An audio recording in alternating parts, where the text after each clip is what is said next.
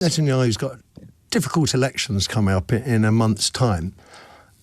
How do the Israeli settlers in the West Bank, how do they figure into the sort of broader political picture in Israel at the moment? What are voters thinking about it?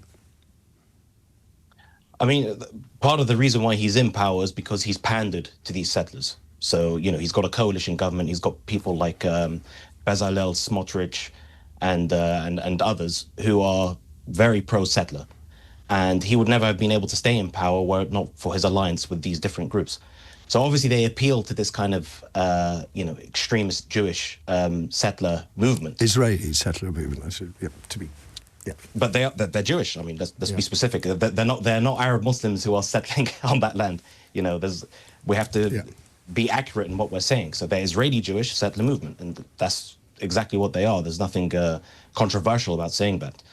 So it's clear to me that, you know, even if you look at the timing of it, like the bids that they're putting up for this E1 settlement that they're trying to establish, which will cut off East Jerusalem from the rest of the West Bank, effectively making a Palestinian state totally unviable.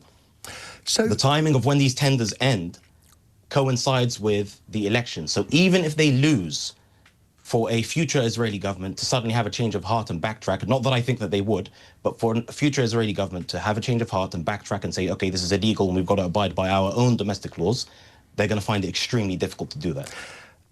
Going back to the pressure from the French and British diplomats, I mean, I suspect I know what your answer is going to be, but will anybody be paying any attention to this call for more embargoes on arms and trade? Will anybody be paying attention to these 100 worthy diplomats? Unfortunately, I don't think so. I mean, I know I tend to come on your show and provide you with somewhat of a cynical answer to most of your questions, but it's a case of, like, this is nothing new. This has been going on since the foundation of the State of Israel.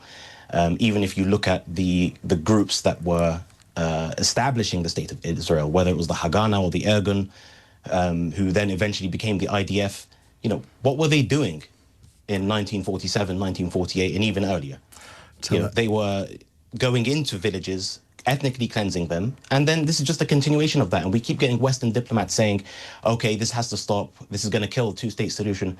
The two-state solution has already been killed with the complicity of Western governments. Oh, Tallha, I still have hope. I still have hope. Dr. Tallha Abdulrazaq, always a